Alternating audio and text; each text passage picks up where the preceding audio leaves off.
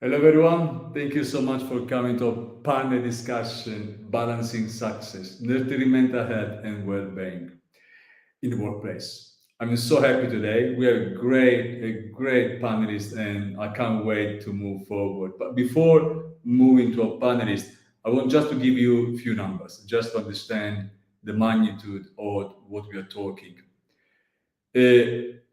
Just few of the many mental health that we face in the workplace.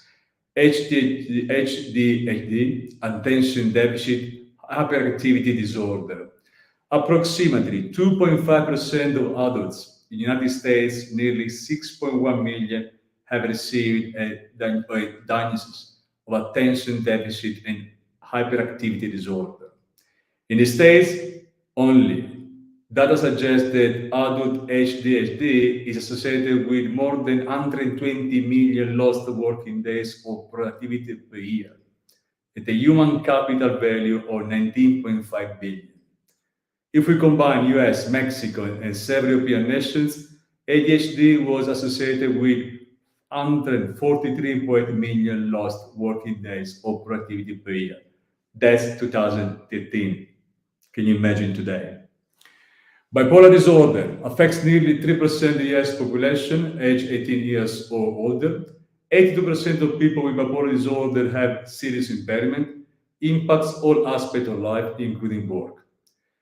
The absentee rate for employees with bipolar disorder is 18.9 working days against 7.4 without it. Many employees with bipolar disorder end up to short-term disability because the number of missed work days is just too high. Anxiety disorders. Anxiety disorders are the most common mental illness in the States, affecting 18% of American adults, 33% of people at any point in their lifetime. Anxiety disorders are associated with poor job productivity, short and long-term work disability, resulting more than 4.1 billion in indirect workplace costs. Anxiety disorder lead to on average 4.6 work days lost to disability per month, 18.1 work days lost to disability per 3 months, as well as on average 5.5 work days of reduced productivity per month. And I'm going to finish with bullying. More and more adults report experiencing mistreatment and hostility at work, turning into a costly problem for employers. People who work in hostile environment are more likely to leave the company, be absent, and feeling dissatisfied with the job. Bullying results in companies losing more than 250 million every year. This results from loss of productivity, employee turnover, healthcare insurance claim, workers' compensation, dispute, employee recruitment, and of course, retraining and litigation. Workplace bullying costs business approximately 14,000 per employee per year. Nearly 18 million workdays are lost each year. So this is just few numbers. And this is 2013. That's the magnitude. We are 2023. So mental health is an absolutely problem. I was so driven by speaking. I met Jennifer. Jennifer brought me Mark, and Johnson as well came to the stage. So today we had three great panelists discussing, and all we go to them, not to me. I'm just moderating this panel discussion, and I'm moving to presenting them. And before, I'm just going through the main topics we'll be covering.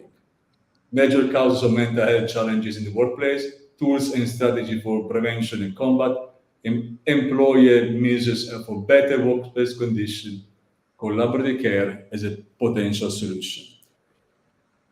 Now, let's go to the main point. Let me introduce our panelists.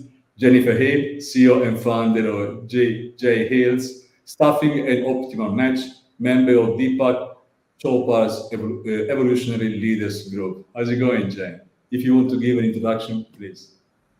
Hi, Max. Thank you so much for having me here on this esteemed panel. So, little caveat, I sold JHill Staffing about 6 years ago. So, I used to be the CEO and president of JHill Staffing, and now I focus entirely on OptiMatch and helping our clients with consulting and understanding how do we reverse the accidental adversarial relationship between human beings. So, that is my dream and my vision and what I wake up every day to do. And I'm here to help and contribute in any way I can as somebody who has personally struggled with anxiety and depression and bulimia and a myriad of other things. And Mark Goulston, who we invited today as well, literally saved my life a few years ago. So I'm so grateful he's here with us. And Dr. Johnsey, it's going to be a pleasure to be with you as well. Thank you so much, Jennifer. Let me introduce our second panelist, Dr. Johnsey Thomas, psychologist, health and wellness coach, and motivational speaker. Johnsey, please.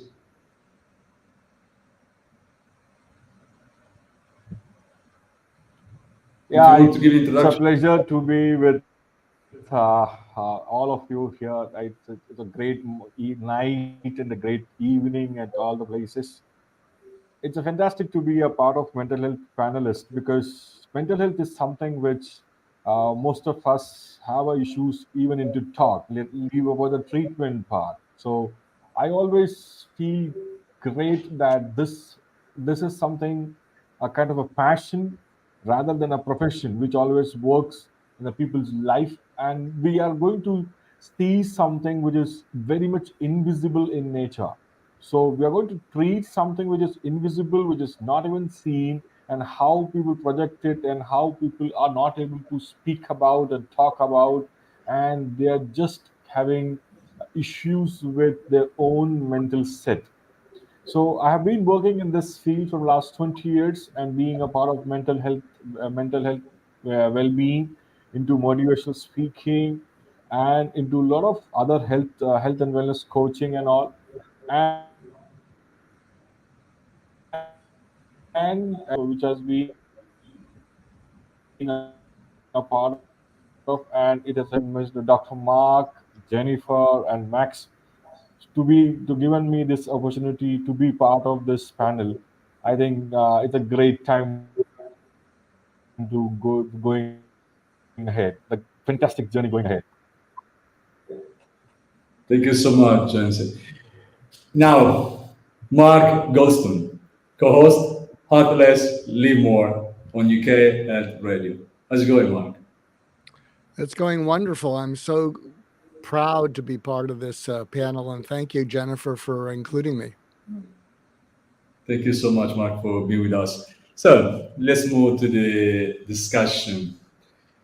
The first topic we are going to cover major causes of mental health challenges in the workplace. So we identify and discuss factors such as neurodiversity, anxiety disorder, workplace bullying, insomnia, loneliness, prepartum, postpartum depression, work-life imbalance, job insecurity, financial stress, discrimination, harassment, lack of support, lack of support from managers and colleagues, how these factors can interact to create a cumulative impact on mental health. Jennifer, would you like to start? Thank you, Max. Yeah, so in my personal experience, and that's all I can speak from, is what I've seen personally in working with tens of thousands of job seekers and corporations and law firms around the world. It is a real issue. If you consider how many of our hours of our life, we have 168 hours in any given week. Many people are working 80, 90 plus of those hours, which barely leaves time for sleep, if you can get to sleep, and eating and other things such as meditation and other wellness techniques. The latest science is showing us that things like epigenetics, here we thought 20, 40, 100 years ago that our genes controlled us. And now we understand through epigenetics and other recent scientific breakthroughs that it actually is our environment that directly correlates to our genes turning on and off and our DNA. So I share all of this because imagine that you're somebody who is already feeling pressurized, maybe you have kids at home or people you're providing for, and then you show up to work, and then your boss doesn't understand what's going on in your world because they have productivity measures and KPIs to get to, well, that creates what we call the accidental adversarial relationship between human beings. Now, so many of us, only in the last decade or so, have we seen things like being considerate and employee wellness programs. So what we have found is if I don't understand and if I can't put myself in your world and understand that you're struggling with depression, anxiety, neurodiversity, whatever it might be, you won't be able to have productive conversations with your team members, let alone with your boss. It's going to cause you to feel unsafe, maybe to job hop or to become passive aggressive. And the way that we can do this is by getting curious. For me, for example, I only found out about 6, 7 years ago that I was neurodiverse. And I've now been very, very outspoken about it. And one of the things that I've realized is that we're all designed differently as human beings. I remember about a month or so ago, I was working with a client that we were applying our algorithm EquityMatch to. And I whiteboarded everybody on the team's numbers of what people were motivated by as human beings. And the gentleman who was the executive said, "Jennifer, these people are all just a bunch of jerks and they're being obstinate." And I said, "No. What if they're not being obstinate? What if you're not understanding that they're designed differently? And if you speak to them in a kind way, rather than bullying them, putting them down, patronizing them, you're going to get a lot more out of them." And so less than a month later, they've turned the whole company around. So whether you're dealing with workplace bullying, something mental health related, anxiety, neurodiversity, etc., the biggest request that I have for all of us out there as founders, as investors, as people who are trying to make a difference is to take into consideration we are all designed differently. And if we can learn to work within one another's designs, rather than looking for the bad or making each other wrong, it is from that place that we will cultivate workplace environments of coherence and, most importantly, resilience. It is resilience that is the number one thing that will allow us to build successful companies, to have healthy, balanced teams. So no matter what you might be struggling with, ADHD, autism, depression, step number one is to cultivate compassion and then begin to cultivate resilience. So that would be my 2 cents on that, Max. Thank you so much, and very insightful. Johnson, please follow.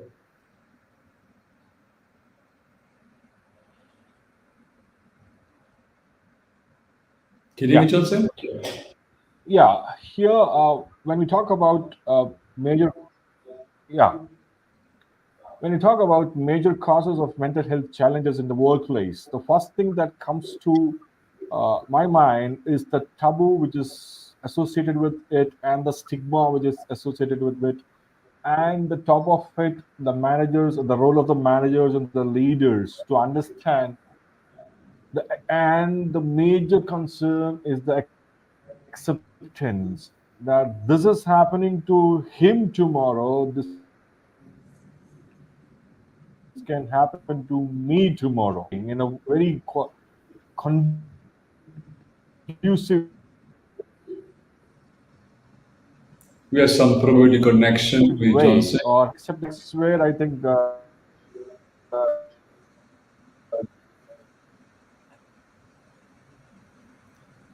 think we have probability connection, hello, am I Johnson. audible? Let's see.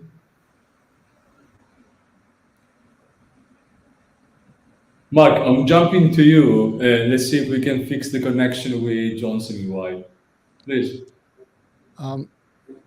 My whole life has been informed by empathy. I developed an approach called surgical empathy, which means when you can get where someone is coming from and they feel you get where they're coming from, they lean towards you. I think it's better to show than tell. So if you're tuning into this and you see the title, Nurturing Mental Health and Well-Being, I'm guessing that where you're coming from is you see this in your company, you see this in your family, you see this in yourself, and you're feeling a sense of helplessness and powerlessness. You know you care about these individuals, but you're looking for a way to be able to lessen it because it's all around you. And I'm guessing that what you're listening for is you're hoping to discover not just the wonderful facts and research that Jennifer and Johnsey are sharing, but I'm guessing that you're listening for tools and tactics that are doable by you today so that you can help individuals who are going through mental health issues or organizations. And so that was, I think, a taste of talking with you. And I think the world is hungry for people to talk with them. And too often in the fast-paced world, especially in America, we experience people talking over or at us. And it's okay when they're talking to us, but when we're hurting so deeply and we can't make it go away, even talking to us, we don't hold on to. And we're hoping to be talked with. And when you can get that everywhere, even on this panel, even the listeners, all of you who are listening and all of the other panelists are listening for something, listening for a way to improve mental health. Yes, the result will be better productivity, but you're looking for a way to also prevent some of the more tragic things that can happen from deep depression, such as suicide. And and I think that needs to happen. Something I will share with you, and it may be something I was going to share in the other segment, but here it is because I'm talking and I can't stop myself. When I look out at the world, and this may be a little bit too much science, when I see people who are stressed, I feel their high cortisol. Cortisol is a stress-related hormone. And the more stressed you are, the higher your cortisol. The higher your cortisol, the less you're able to actually listen and think. There's actually something called an amygdala hijack, so that when your cortisol goes really high, it triggers this in your brain, and you go to a more primitive part of your brain and fight or flight, and you can't listen. So when I look out at the world, whether it's one-on-one with one of my suicidal clients or to an organization, I see people drowning in high cortisol. And what I then want to do is I want to bathe them in oxytocin. And oxytocin is emotional connection. And when people feel emotionally connected, their cortisol goes down, their oxytocin goes up, and they can listen. So here's an exercise that I think you can take to your organization, and it's like magic. And the exercise is you reach out to them and you give them Post-it notes, or you give them index cards, and you say, and this will be anonymous, and you say, I want you to each write down what you're most worried and scared about right now in your life.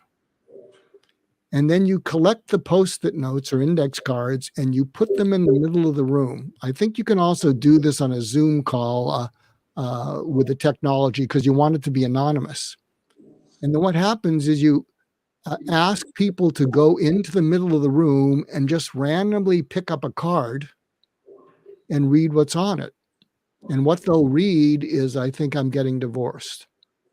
I may have cancer. My child's suicidal. I think I'm going to have to lay off people. And what happens is as people read someone else's greatest worry and what they're afraid of, the room will start to tear up with relief because people will feel less alone. Yeah. And then when people feel less alone and the oxytocin goes up, what happens is they're then able to calm down their cortisol and their amygdala, and they're able to listen and think, and it will change the entire room. Does that make sense to any of you? To me, a lot. I mean, my cholesterol is very, very high. I'm extremely stressed. So I'm living this person myself right now as I speak. But I agree. And after I'm leaving the talk to the Johnsey with us. But what I'm still struggling to understand are two things: the total lack of empathy. This is what in any workplace I cannot see. In my company, you can see with my I don't call them employees. They are much better than me. They can teach me, but I try to be having as much empathy as I can. But we live in a culture where the CEO must be someone tough, someone like Elon Musk with any principle at all, and I can't see empathy. I can see that if you give empathy, actually someone perceives you as weak, right? Which makes me just unbelievable. How can it be? I can even be in this way. But anyway, and the other thing is we need to be covered by anonymity to tell something. If I'm a Max, I will tell you anything. But if you give me a paper, I'm going to write Mr. X. I will tell you everything. This is something that we should be not scared to talk about who we are. We should not be scared to talk about our problems. In the end of the day, what's happened? Nothing changed to me. I don't know why. I'm very open to talk about problems. I don't mind at all. So I'm very open, for example, to talk about failure. But I don't understand why people are so concerned to tell the truth. This is what, for me, is just wasting time and wasting opportunities to say. Be relieved. See that other people's actually, because if you open, others people will open with you 100%. 100%. There's nothing to do. See, the challenge is if you don't do empathy and your people are stressed out, they're not going to be able to listen. They will smile politely and they won't implement. I have a good friend. He's in the UK, Jeff Dewing. He has a podcast, and I forget the name of his company, something FM, and during the pandemic, and he's really strong and tough. And during the pandemic, he had to tell his people that he was going to have to lay people off. And in the middle of one of his company-wide talks, he just stopped and said, "I don't know what to say." And he started crying. But it wasn't like, helplessness. It was like, I don't know what to say. And what happened is, since his company is really dedicated to developing their people, and he's a champion of their people, his top executives stepped in and said, "Jeff, take 5 days off and we'll figure it out." And they did. And so it has changed the entire way that he leads when he realized that letting people, when you do right by your people, they care about you. They're grateful to you. Of course. And what happened is they were grateful to him and they wanted to return the favor, and he was open, and it has completely changed the way he leads. Johnsey, welcome back. Please. Unmute yourself. Continue with the same thing, and thanks once again, and then sorry for the technical hiccups. Now we hear you very well. Yeah. So just continuing with the same thing as Dr. Hill said and Dr. Mark said. It's like when you talk about it, just as a vessel of seaworthiness is paramount of its journey and across turbulent water. So the same thing is well-being is very pivotal to face the challenges of today's world, because today's world work is a very dynamic work environment, because you have to navigate to so many things. So you relies on your well-maintained components. Unless you do that, it's not going to help you in such a way that you realize that this is what I am supposed to do. For example, when you talk about this, Dr. Hill talking about regarding this neurodiversity, there are a lot of cases like when we do these workshops and all, we'll tell that in each and every class there are students who have ADHD, there are students who have depression, there are students who have anxiety issues, there are students who have some eating disorders and stuff like that. So this, when you talk about a classroom, the same thing goes with the employees. So that means there also all these things and all these people are available. So you have to be very much aware of the fact that is my complete company is interwoven, or my company is just like haphazard in a fashion. For example, if you look this as a garden, in each garden you have different types of flowers and different types of trees and all those things. So you, and all the trees and all the plants require different kinds of management or different kinds of treatment. So water, to for few water should be more, for few water should be less, for few sunlight should be more, sunlight should be less. So all things have to be taken into consideration. So when we talk about neurodiverse individuals, they might be, we can say that they have some issues, but at that few point of time, they are very much smart because they can grasp certain things which other people cannot. So all these things put together, I think we need to have the guiding the trajectory of the daily experiences to make sure that this is what they expect out of the company and this is what the company expects of the employees. That coordination will help them to figure out the major mental challenges in the workplace, because it's very tough to, for example, when talk about workplace bullying, because we are all used to the school bullying and all. So when that happened, how to face it, how to handle it? When we are adult, these things are tough to manage. So that's where I think all these mental health topics, what we are discussing, are very important, and we need to dealt with a very delicate fashion without hurting the ego or without hurting the person's mindset, and even making sure the stakeholders mindset also will be taken in a very gentle form, because equilibrium of well-being, both the sides are important, because always we have to make sure that anything which has to be implemented, it has to start from the top, not from the bottom. If the CEO of the company says that I'm walking or I'm doing exercise, I do mindfulness, I do relaxation and all, that's where it flows down to each and every employee. But if the CEO doesn't do that, so this cannot be replicated in the entire organization. That's where the difference comes. So that's what I think we need to do when we talk about all these major challenges of mental health challenges in the workplace. Thanks, Johnsey. Jennifer, Mark, if you want to add anything else. I just love Dr. Johnsey's analogy of a garden. Dr. Johnsey, as somebody who is neurodiverse, you're right. Some of us need more sunshine. It's so beautiful. Some of us need more water. And it doesn't make the rose that needs a little bit more water or the sunflower that needs a little bit more sunshine.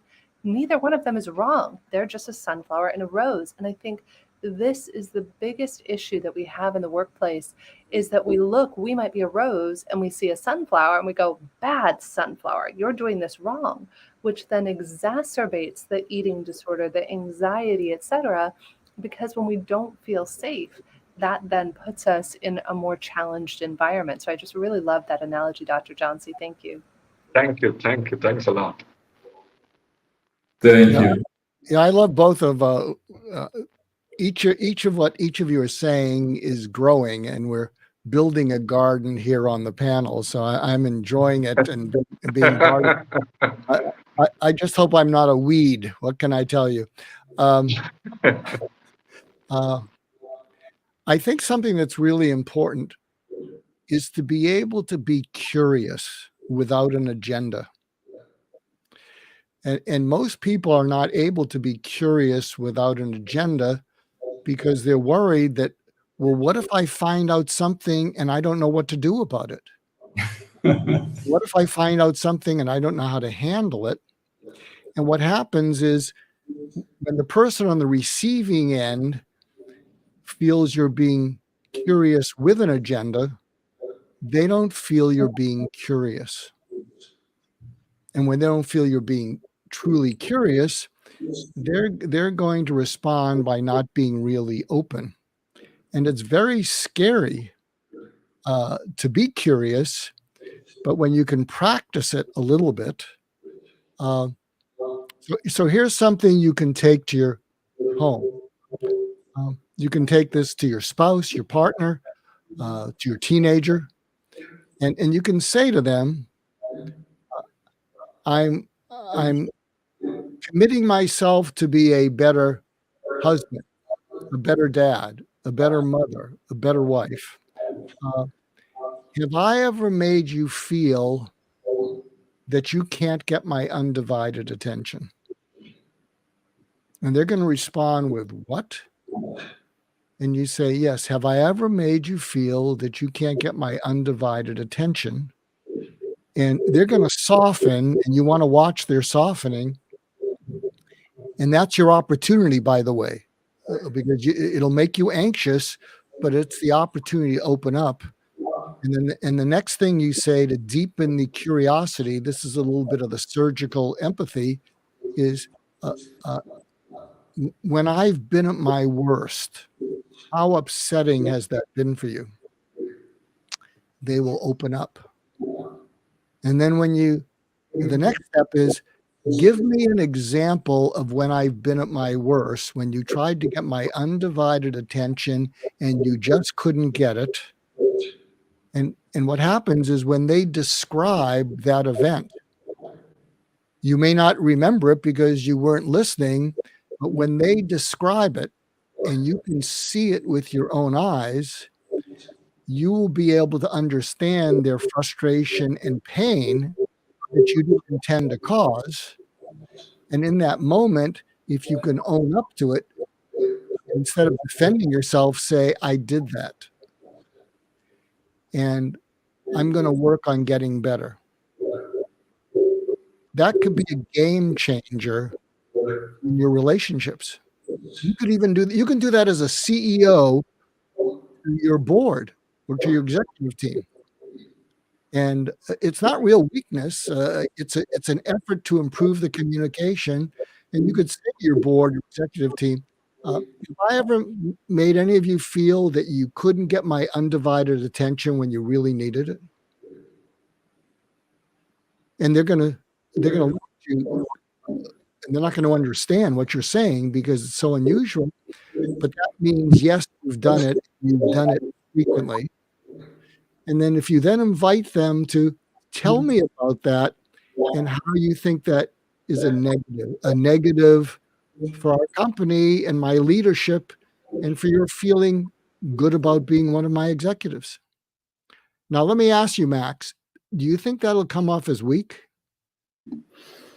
To me, no, absolutely no. I did in my private life. I never did as a CEO. I will try. That's a very good suggestion. But let me tell you, how many CEO will be able to do this? This implies a huge courage to go to your board, look like someone believes, okay, this is a weak CEO actually. But I think it goes to the culture we have. We should change something there as well, because you're perfectly right, and I agree 100%. How many CEO agree? Maybe 80%. How many will do it? Probably 5%. And that's where is the problem. Well, why it works is you might think I'm showing weakness by showing self-doubt or being unaware. Yeah. What they're going to think is that you're courageous because none of them could do what you just did. I agree. But Yeah. May I add something on this really quick, if you don't mind, guys? There was an exercise I learned years ago in a personal development class that I used to go through with my team members every year and ask them. And I think it can be a really great eye-opener to piggyback on what Mark just so beautifully shared. And what that was these 6 questions. What was your first impression of me when we met? Where have I surprised you? Where have I disappointed you? What can you count on me for? What can't you count on me for? And what is your impression of me now? And I have found, we think we're one way, right? We have these blind spots. We think, oh, I'm a good leader. I used to think I was an amazing leader until I discovered I was a recovering jerk. I didn't know. Like, I thought I was this amazing person because I donated my time, I gave to charity, I tried to be generous with my team when I was building my first company. And yet it turned out I was an all-out jerk. And I didn't know it until I went out there and I got the feedback, just like what Mark is talking about. I think there are 2 parts that contribute to mental health crises in organizations. One is lack of understanding, not being self-aware or consciously aware, as my friend Arthur Samuel Joseph would say. So not being aware enough. And then 2 is not taking the action to remedy that. I think now more than ever, Generation Z and millennials are holding organizations to account for their mental health standards and practices, but I think that there's still a huge gap that's missing in the marketplace. Go ahead, Dr. Johnsey. I know you're going to say something. Yeah. Yeah, rightly said. I think that is where I think we need to keep on cushioning us, because the more you cushion yourself, that's what I think Dr. Mark was talking about, the curiosity. So the more you have the curiosity of how to understand things and how to make my stuff, my things in a clear way, or how I get a clarity on things and all, that's where I think it's more required, because most of the time the confusion created by the thought of other people what makes our life more complicated. So I think if we understand that the clarity of our thoughts is required to have our life simpler, to make our life simpler, that's very, very important. I think that's what I agree with Dr. Jennifer, what just now she said, like the 6 points, whatever she mentioned just now. I think that's going to be a major good questions which you have to ask continuously on a very regular basis, that this is how I have to plan my day, this is how I have to think about my day, this is how I have to think how to check my emails, or how to go about my work conditions, how to handle my manager, or how to take care of my subordinates or other people. So because it's such an interwoven thing which everyone in the office, from the security guard on the gate to the top CEO, each one has to deliver the best. That's where the entire office works. So that's all things put together. It has to be such interwoven thing. Like no one can say that I am not good enough, or no one can say that I am indispensable. It has to be a balance of everything, which makes a workplace which do wonders. Well, I'm going to ask you, but my point is, if, as Mark said, be curious without agenda, right? And be curious with agenda, it's to me, will be very complicated. if I an agenda, I already all my questions prepared and also all my answers done. So it's going to be pretty useless for me. But now, if I'm going to open myself, for example, to my board, they will tell me, you know what, you are totally wrong from A to Z. This can happen. I had to review completely myself from A to Z. It's going to be a nightmare for so many CEOs in this world. So he has to question himself or herself and say, you know what I've done up today, it's a disaster. The perception that others had about me, it's an absolute disaster. This has to re-engineering everything from day one. I do believe many people are scared. Many questioning yourself is probably the most scary thing you can do in life for many, because it's going to completely remove the status quo, where you believe being the number one, and maybe you're not. So, Max, I want to ask you something. I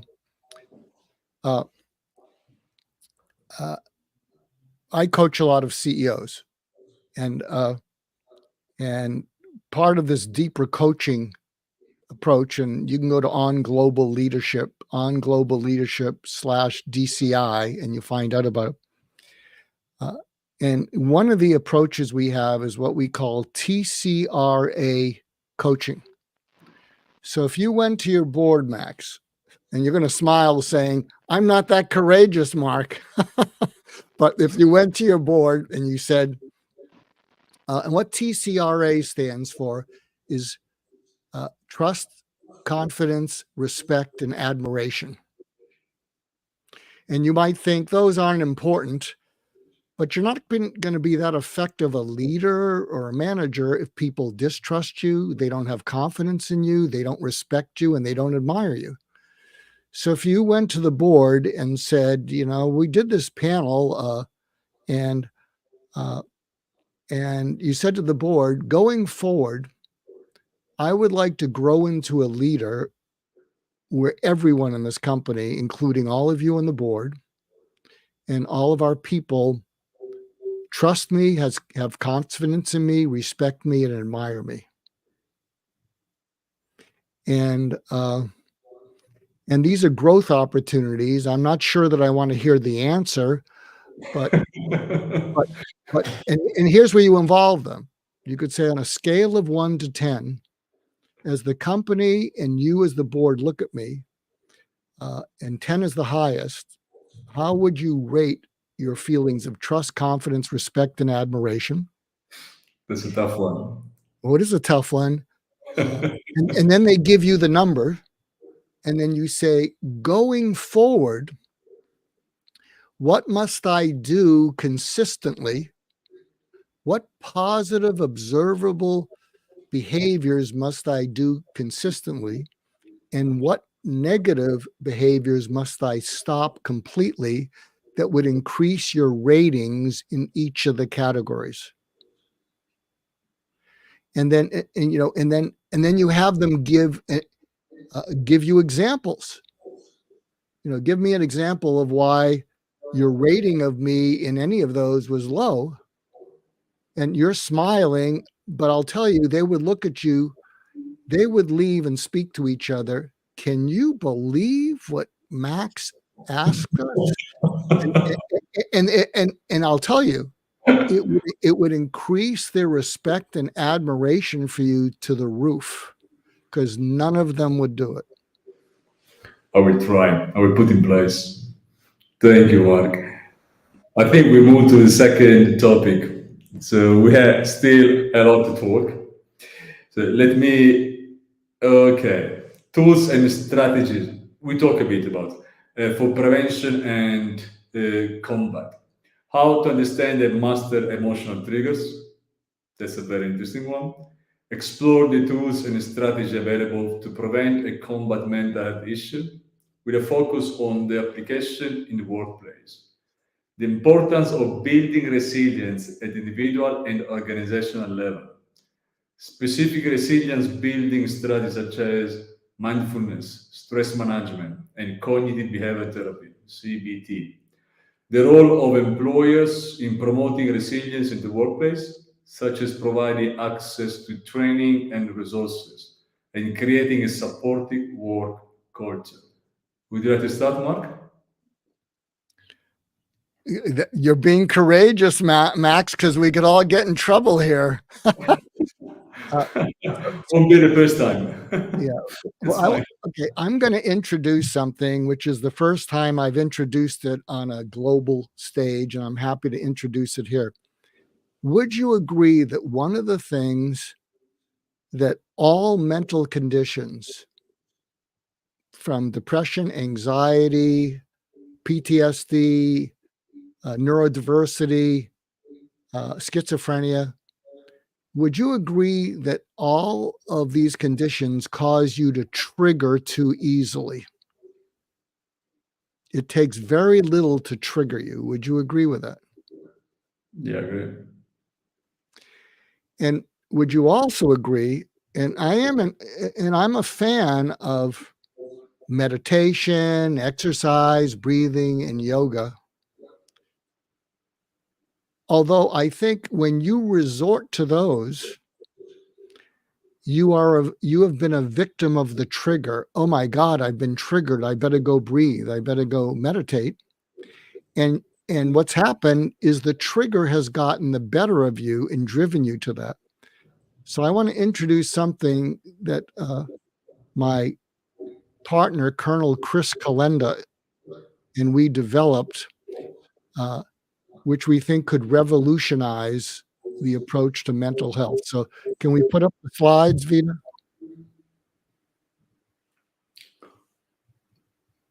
Good. And so I can advance them by, how do I advance it? Narrow. Oh yeah, okay. So go back to the first. Well, I'll just tell you to do it, Vina. So Sabre 6 Foundation is a foundation for 700 paratroopers. And Colonel Chris Kalenda, U.S. Army, retired. He was their commanding officer. And we came up with something called the 22-day trigger mastery, because in America, 22 veterans die by suicide every day.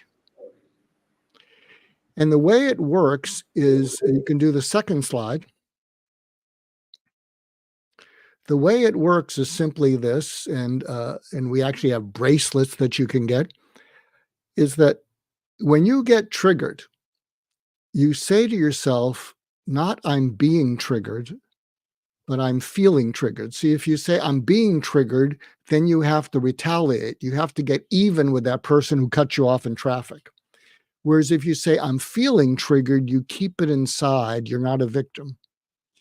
And the second part of it is the most important part. So if the trigger gets the best of you, that's where you would say, oh, I need to do some meditation. I better go for a walk. And you can do all those. But we believe another approach is to say to yourself, downshift. And what downshift means is you're going to take charge. You're going to center yourself. When you downshift in your car, you gain control of the road. You pull it towards you. When you step on the accelerator, you go off a cliff.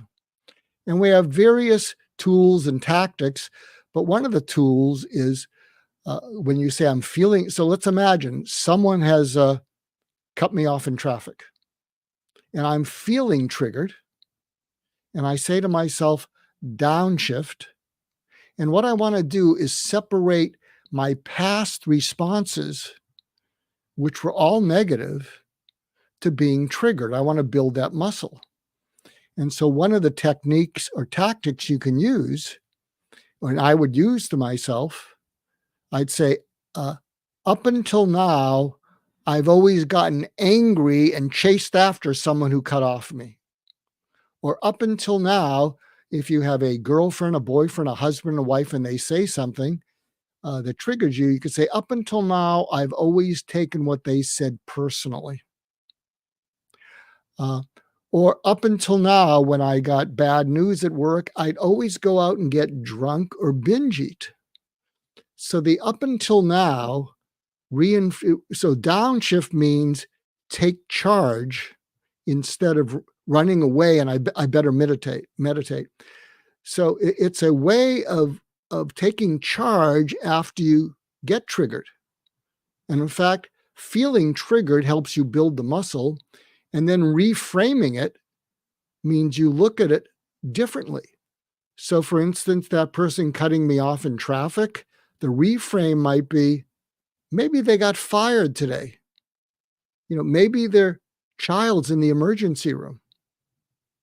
And as soon as you begin to think those things, you look at it differently. And like we brought up the idea about approaching your partner, your spouse, that you've been a terrible listener. And they get on your case. And if you say to yourself, downshift, and you'd say, up until now, I always got defensive. Up until now, I always yelled at them. And the reframe would be, here's another technique. It's called the FUD CRUD technique. So picture this. Someone vents at you, and they're used to your getting defensive. And what you say to them is, you sound frustrated and I think you're holding back. And they're going to go, what? And you say, you sound frustrated and I think you're holding back because I think you're upset and disappointed with me. So can you fill me in on what I did or failed to do that really frustrated, upset, and disappointed you? And you pull it out of them. And you're not defensive because you have a way to do this. And by the time you get to what they're disappointed about, the conversation is much calmer. So that's another technique to use after downshift. And if you can show the final slide, these are some of the beginning testimonials we're getting. And we're getting more every day, and they're pretty remarkable.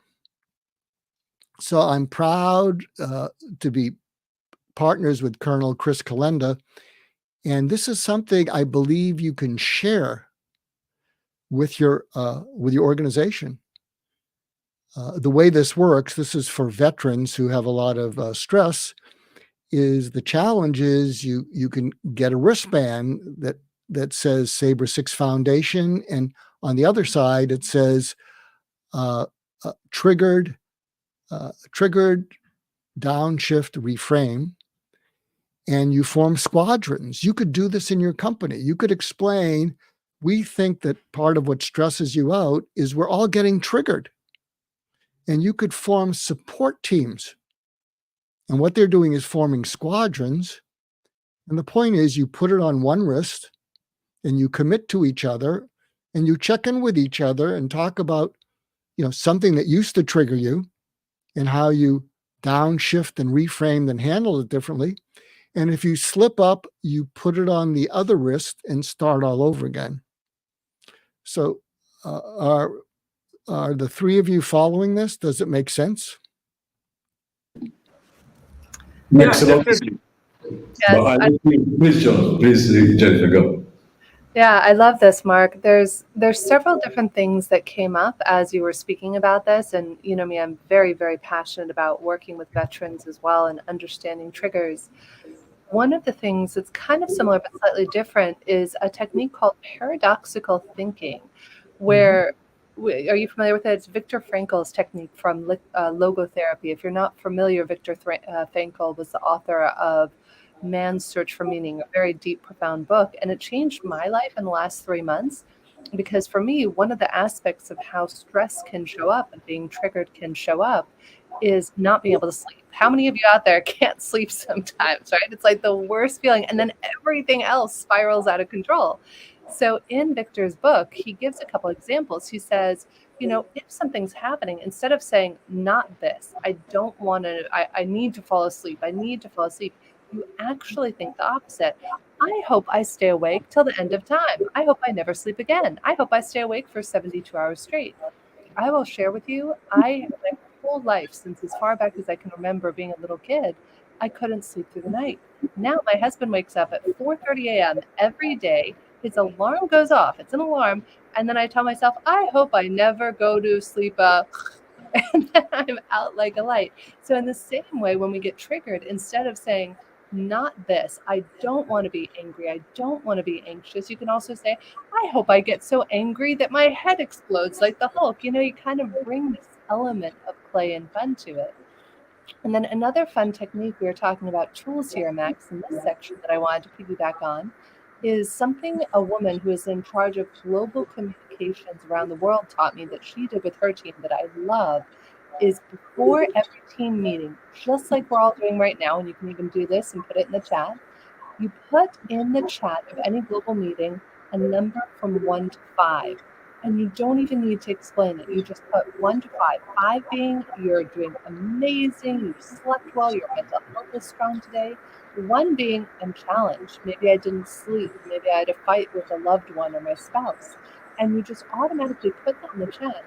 That then gives us context for who we're dealing with, and we can extend greater compassion. Because imagine if I don't know that you didn't sleep well last night, or you had a fight with your best friend or spouse or whomever, and then I'm really pushing hard on you, I could then extend greater compassion to you. And then the third thing that I find really invaluable that I work with all the executives I work with on is heart-focused breathing, which is scientifically backed by HeartMath. I'm not sure if any of you are familiar with it, but HeartMath is an organization that's been around since the early 1990s, studying heart-brain coherence. And to piggyback on what Mark was saying about our amygdala and that fight or flight, and as Max started off talking about cortisol, one of the things that HeartMath has found, if we can drop in when we're in the middle of an upset, they teach this to astronauts, police officers, Navy SEALs, if we can stop, and I'll take you through it right now, you can do it with your eyes open or closed. You just begin to focus your attention in the area of your heart or chest. And you begin to breathe a little slower and a little deeper than usual. Maybe breathing into the count of 5 and out to the count of 5. So the big difference is you want to envision and imagine that your heart itself is doing the breathing. And then if you really want to take it to the next level, one of my favorite things to do when I'm upset, you can do this with your eyes open while you're in the middle of an argument with someone. This reactivates your prefrontal cortex and takes you out of your amygdala and your sympathetic nervous system. You can then also breathe in calm. So if I'm feeling really upset, something stressful happened. The other day I had 9 hours of calls, including an important television show with a famous thought leader. And at 1:40 in the middle of the coaching call, internet went out. And I was like, ah! It wasn't it just went out, it went out in our entire neighborhood. And I'm freaking out. I'm like, you know what? Heart focused breathing. It all worked out. So when we're in this fight or flight mode, we can begin to focus in the area of our hearts. Breathe a little slower and a little deeper. And if we do this, they have done scientific studies to show if you get 3 people out of 4 who are in a state of coherence doing this heart-focused breathing, the 4th person who might be angry, upset at whatever it might be, they then get into a state of coherence as well. So I love the science behind this. I'll put this in the chat for everyone. That was my 2 cents on a few of my favorite. So Johnsey, do you want to weigh in with any techniques? Because you just triggered me, Jennifer, to throw in another technique. You get a technique, and you get a technique. Everybody look under your chairs. You all have techniques. Yeah, like rightly said, like what happens is like when you have a discussion like this, it actually gives you a lot of ideas or thoughts or processes which goes to your mind. But I strongly feel here is like whatever we do or whatever we say, end of the day, the take home should be such that we should be able to visualize that take home. So I just give you a few things which I normally use in my workshops, saying that can you sit for a while, for say about 2 to 3 minutes without thinking of anything? It's becoming a very big task. To sit to maximum 2 minutes is becoming a major problem for all of us. So that is what I think Dr. Mark was talking about, meditation. So where it's literally tough to sit quietly, silently, without thinking of anything on this earth for 2 minutes. I cut down sometimes to go to 1 minute, but that again is also a problem. They say this 60 seconds. So that's where the entire issue comes into. So what we do normally is like try to understand how they can get into the total environment. Like right now, when you're sitting, wherever you're sitting, how many kind of sounds you're able to hear? Let's say the fan sound, let's say AC sound, let's say people talking outside your room, or your breathing sound. And there are patients of mine, and there are clients of mine, they have told me, sir, at times I'm able to hear my heartbeats. Few only, not all, very few only have told me this. So when we tell them that to just get the complete picture of sound and then close your eyes and focus only on one sound, they just end up in listening to the rhythm of the breath.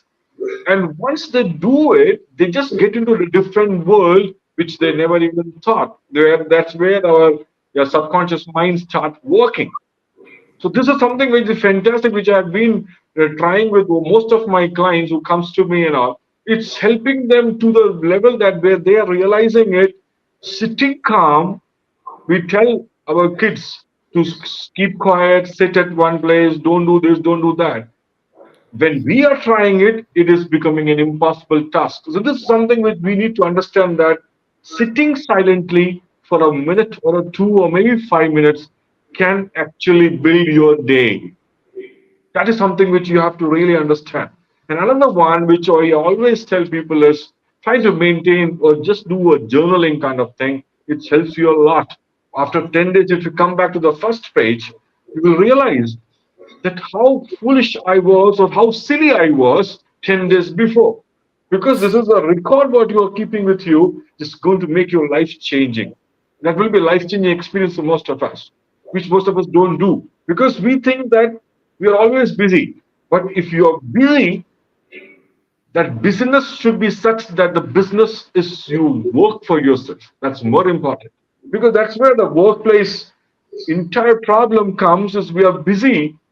At times you don't even work that much. The productivity has to be such that you work in such a way that your productivity speaks for you, rather than you just sit in a place for 8 hours and do nothing.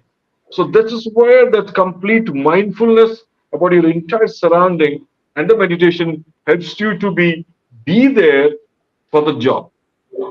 That's where the fantastic thought process comes into, and where you can get into the entire flow of your work. Because we normally call work as worship. So when you do worship also in such a way that it should be flow with that creator, and you are a created being. So you have to flow with that thought process. You know, Johnsey, I want to compliment you because my mind was so busy, I couldn't quiet it, that I didn't listen to the first half of what you said, and then I stopped competing with you, and I said, "He's saying some good things, Mark. Shut up in your mind."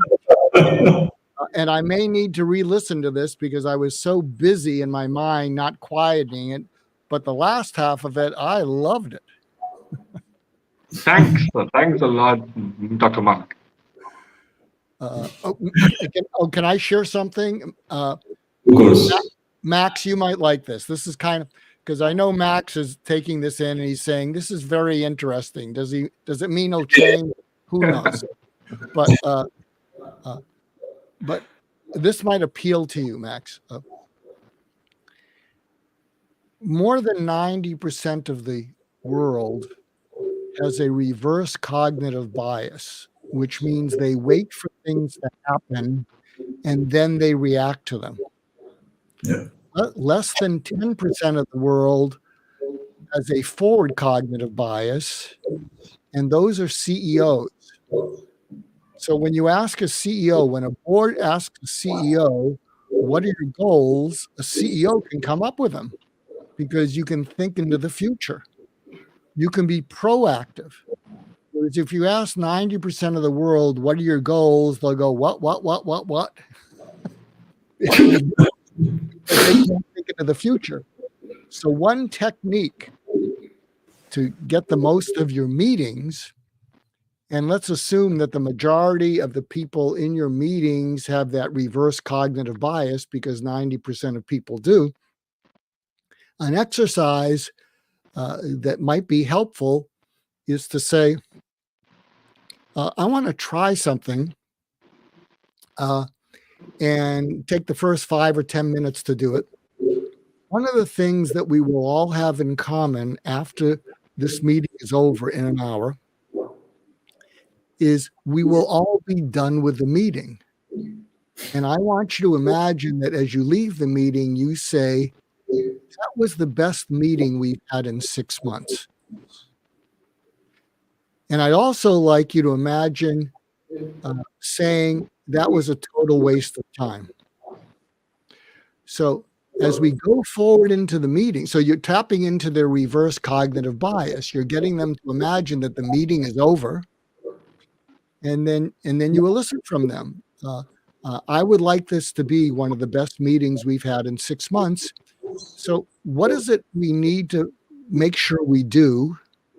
And what is it that we need to make sure that we don't allow to intrude? And don't point fingers at each other, because we can talk about that somewhere else. But can you understand, Max, that what you're doing is you're orienting the meeting to the reverse cognitive bias mindset of the majority of people? This is why we have vision, because we move to the vision. We apply everything, Mark, trust me.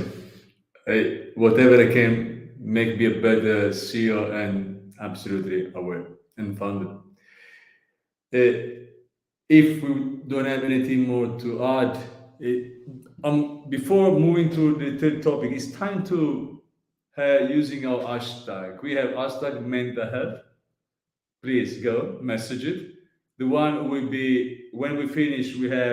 We see who is the winner, and we take 1 month of premium service when we launch the second version of the platform, EquityMatch, in January. So please vote. So now I'm moving to the third topic. Well, that's a long one. Employer measures for better workplace conditions.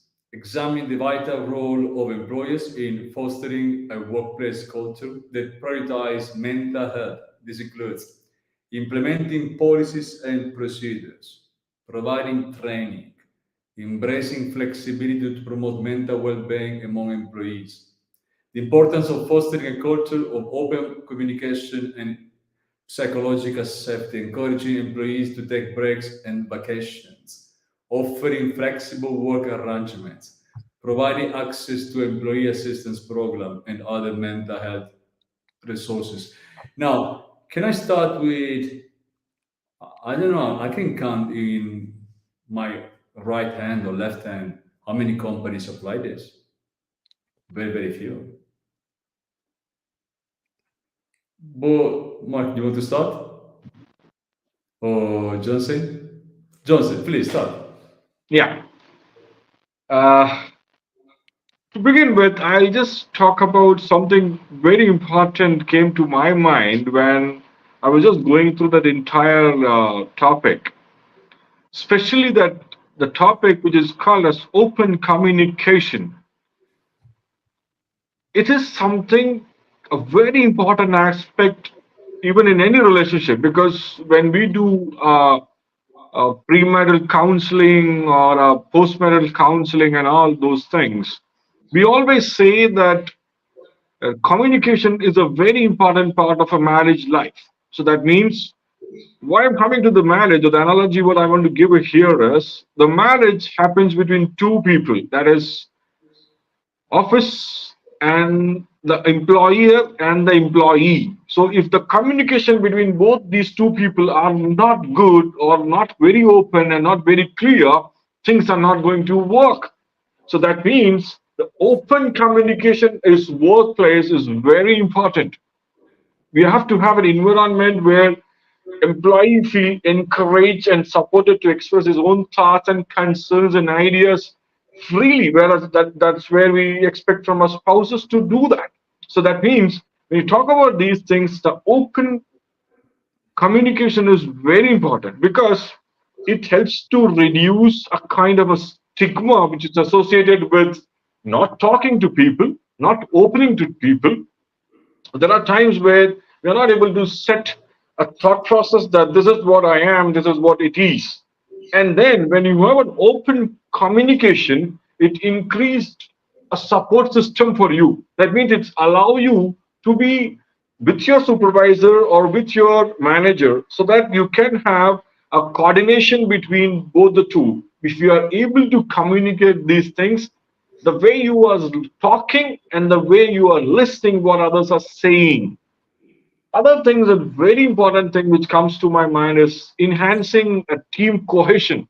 Where we talk about these things, it's like it actually strengthens the entire team members, where they feel that the cohesion is happening. They're able to be together in when they're talking and discussing, and that open thing, and where the taboo is not there. The taboo is not there in their thought process that this gentleman is suffering with so and so thing.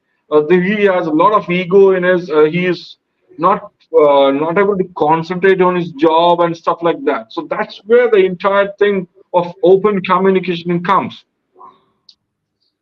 And another major aspect which I strongly feel is the psychological safety. When you talk about this, I think it's the belief that one will not face negative consequences or be penalized for speaking up. All put together, when we share our thoughts and concerns, somebody might be sensitive to listen to it, or somebody might be sensitive that he feel take it or take aback.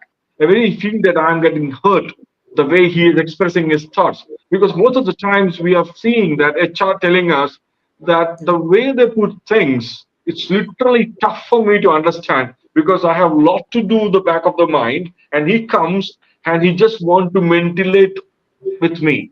So that's where I always remember you, that is me, that saying that how you listen to people in such a way that they feel that you are actually an active listener. That's where that this psychological safety comes, a major aspect of the work-life balance or the balancing success for this workplace. Another major important aspect is like when we foster inclusivity, when we do that, all regardless of who you are and what you are, if you are into that the total scenario of this world, that same workplace, things will definitely make a proper change, and then we will be able to see a lot better thought process in the employee, because these two things, one is open communication and other one is psychological safety. These are the I think the major tenets of the thought process which we require in most of the employee well-being programs. Thank you so much, Johnson. Jennifer, you want to follow up? Thank you so much, Dr. Johnsey. That was brilliant. Again, you've been sharing all these beautiful pearls of wisdom, as have you, Mark. I appreciate you both and Max for putting this together. I want to highlight and go a little deeper with what Dr. Johnsey was just saying about communication. I think one of the biggest things that's missing, at least that I've seen in organizations, is the leadership understanding the cost and impact of their style of leadership on the whole team. So I saw this a lot when I was building and selling the last company, which was in legal recruiting. I would often see it where whoever the executive was at the law firm, at the corporation, if they themselves had a negative perspective or were always looking for the wrong or the ills in somebody, then that had a trickle-down effect to the whole organization and the corporate culture. If there was a great question in the chat earlier about culture and how do we cultivate healthy cultures. It, number one, begins with the leadership team. Though somebody else said a great question in the chat. They said, well, Jennifer, what if the leadership team, what if they're not on board with this work? You as an individual can make a difference for an entire organization. We've all been there, right? I remember one of the very first companies I ever worked at when I was in my early 20s. It was right when the movie What the Bleep Do You Know came out. Now, our executives at that company, the president and the CEO, were not the most kind, compassionate, thoughtful, mental health-oriented people. In fact, a funny story about that. I remember I had just gotten back from my honeymoon. I was 28 years old. And the day I landed from my honeymoon, I got a message that my father-in-law was in the hospital and dying of cancer. And I went into my bosses at the time and I said, guys, I'm so sorry. I know I have a few vacation days left. I just got back from this trip. I just want you to know, my father-in-law's in the hospital. I might have to take a Monday and a Friday off to go see him in Montreal, halfway across the country. And I'll never forget the woman who was my boss said, JHill, we both know we're in a very unforgiving business that does not care if somebody in your family is dying or if you just got married. So think very carefully if you want to take those days off. And so I share all of this because, yes, and the organization at the top level was not necessarily the most compassionate. They were doing the best they could. And when I first started working at that organization, I watched this movie, What the Bleep Do You Know? And if you've ever seen it, this famous scientist studied the impact of positive affirmations and negative affirmations on water. So he would take a glass and he would speak kindly to a glass of water. Now, keeping in mind, as human beings, we're over 70% water in our bodies. And in some cases, he would say loving words. You're the best water in the whole wide world. You're so tasty. You're such beautiful water. And in other cases, he would say, you suck. You're the worst water ever. You know, you get where we're going with this, right? So I was inspired for one whole year at that organization. Nobody else. I was not a leader. I was no one of importance at that company. There were about 25 of us. But what I did is I went around to every single person in the company every morning, all 25 people, and I would write words for them on their cup. I'd say, what if you had it all your way? If you could have joy today, prosperity, appreciation, what would you want? And I would write that word on their water cup. And everybody would go and use that water cup all day and refill their water cup. At the end of that year, not only was everybody's mental health amazing, but the company had its highest level of productivity that they'd ever had since the company's inception. So I want to underline that even if some of you out there are thinking, yeah, but well, my organization doesn't, do not underestimate the power of your own consciousness on an organization and your actions or inactions within it. It might not be a healthy organization. You might be able to go to the executives and enroll them in an EAP plan or into utilizing different methodologies to create a better culture or a more enhanced environment. And it might not be the right environment, or maybe you're the catalyst that could impact it. So I just want to be careful, because having been in that circumstance, I thought, oh, I can do this so much better. I'm going to go be an entrepreneur. And I will tell you, I had the deepest compassion for those two executives when I started running my own company. You don't realize we're all doing the best that we can. I think that's another really important reminder, is that there are all these wonderful plans. You can have employee wellness plans and do things. But at the end of the day, we, number one, need to cultivate self-compassion, and then that allows us to have compassion for others. So I hope that helps. Very good, Jennifer. Mark. I can hardly wait to find out what I say.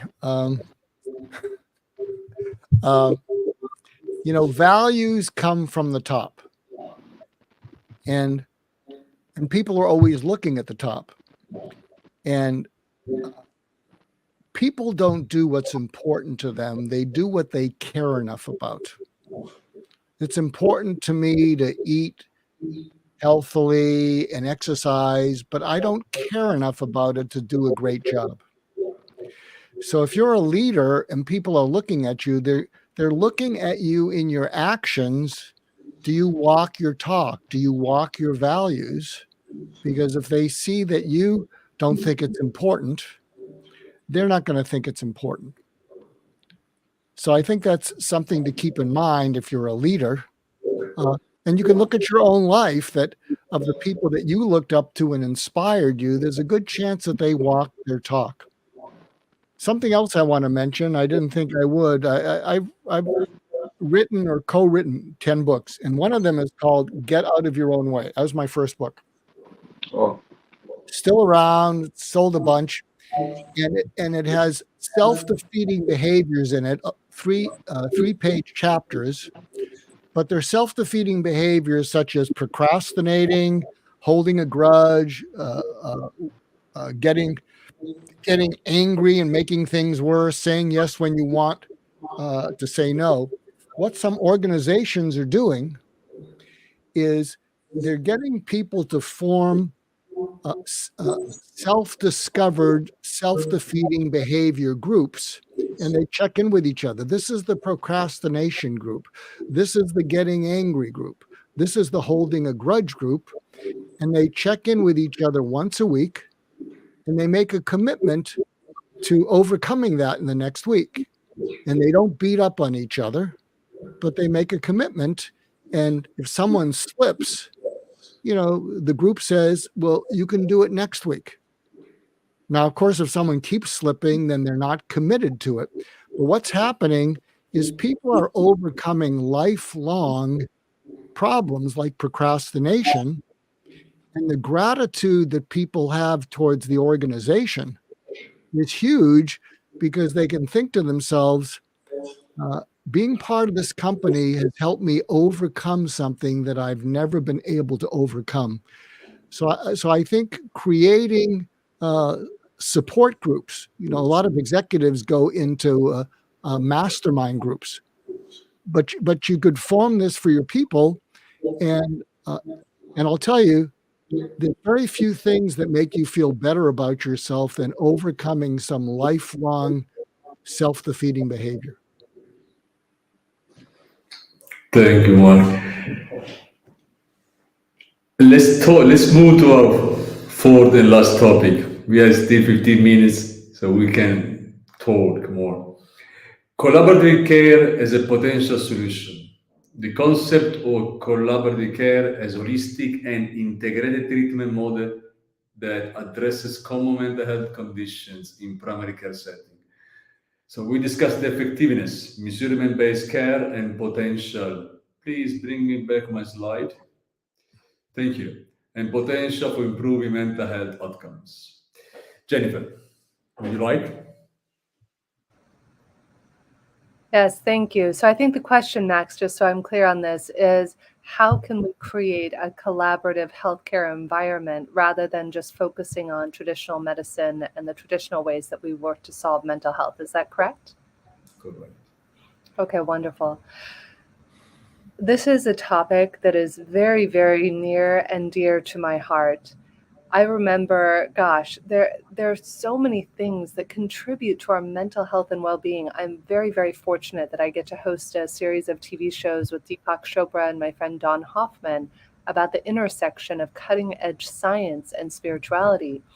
And I remember if you had asked me 15 years ago about what role consciousness, acupuncture, energy, any of this has to do with our mental health, I would have said you were crazy.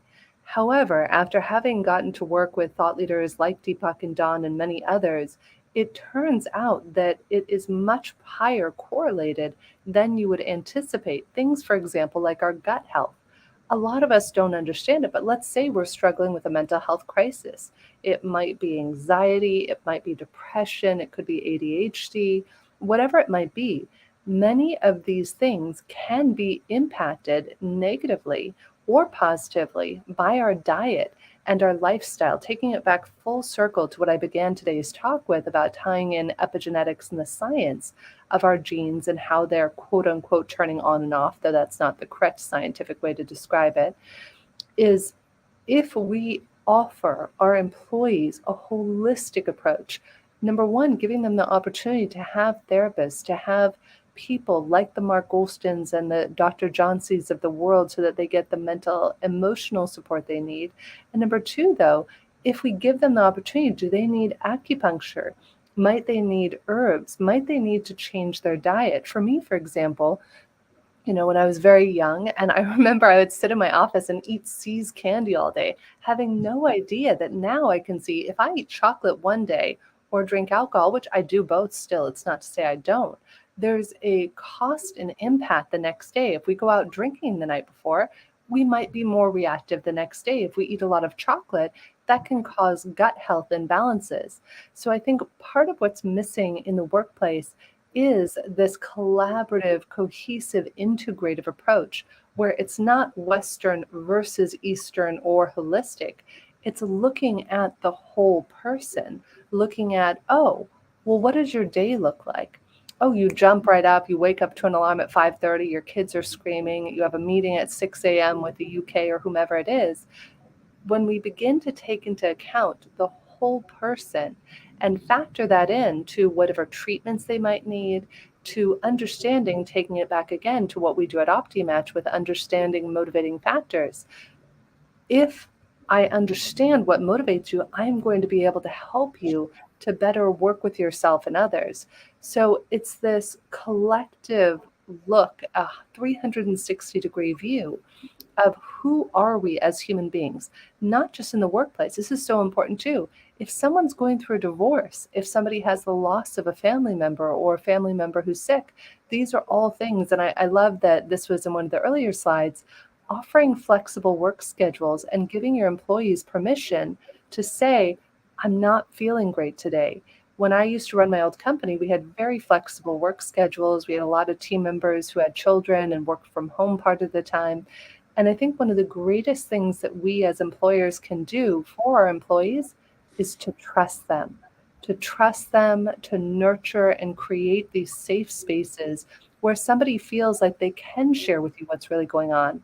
One of the things I was very, very grateful for when I was running my last company is anytime one of my staff left, they typically gave me 3 months or a year notice. One guy's like, I'm going to go become a doctor and go to medical school. Another woman said, oh, I'm going to take time off and go in this direction.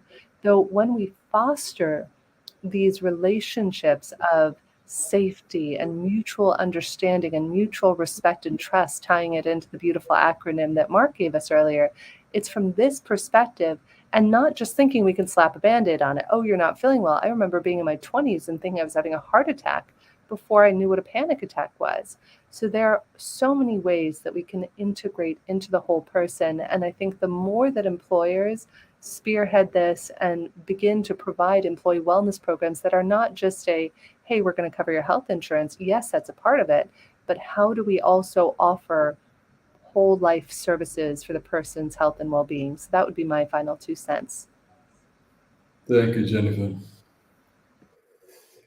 Johnsey, Mark, would you like to follow? Something I'll suggest, and I'll try to be brief because I think we're up against the hour.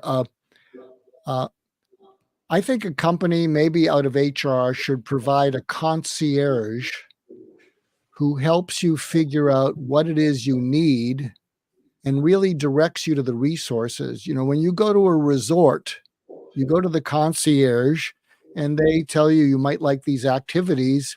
And a lot of people are so overwhelmed when they see so many resources, they do nothing. And I think if you can have someone who, it's building on what Jennifer said, if you can have a concierge that meets with you and say, give me a 360 view of your life, what some of your challenges are, what some of your, what you'd like to improve at, and then walks you over, try these couple resources, because I think too often when you see too many options, you do nothing. But okay, just one small. Do you believe companies they have the right people inside to understand mental health? Because if you need a concierge, he must understand. So many times, for example, if I have fever, I go to the doctor, maybe it gives me something, it's done. But if I'm struggling with something, where I'm going to? It's a different story. So if I'm working my corporation, company, wherever I am, and I really need to talk to someone, do I have this person that I can talk to openly, will understand me, and bring me to the right solution? That's my question.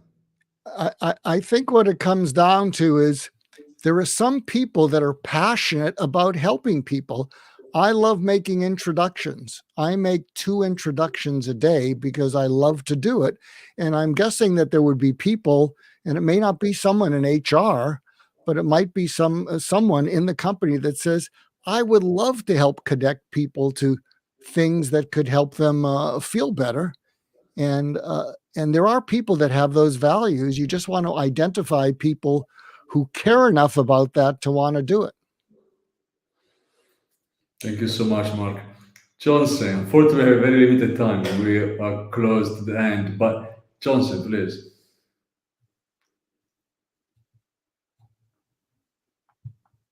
Unmute. To my mind, it's what Dr. Jennifer said and Dr. Mark said. It's very important to let people know that I'm there for you. In an HR setting, when you discuss with people, if you spend some time, let's say that out of your 8 hours of job, if you spend time with your employee who is having some issues, that can do a world of wonders.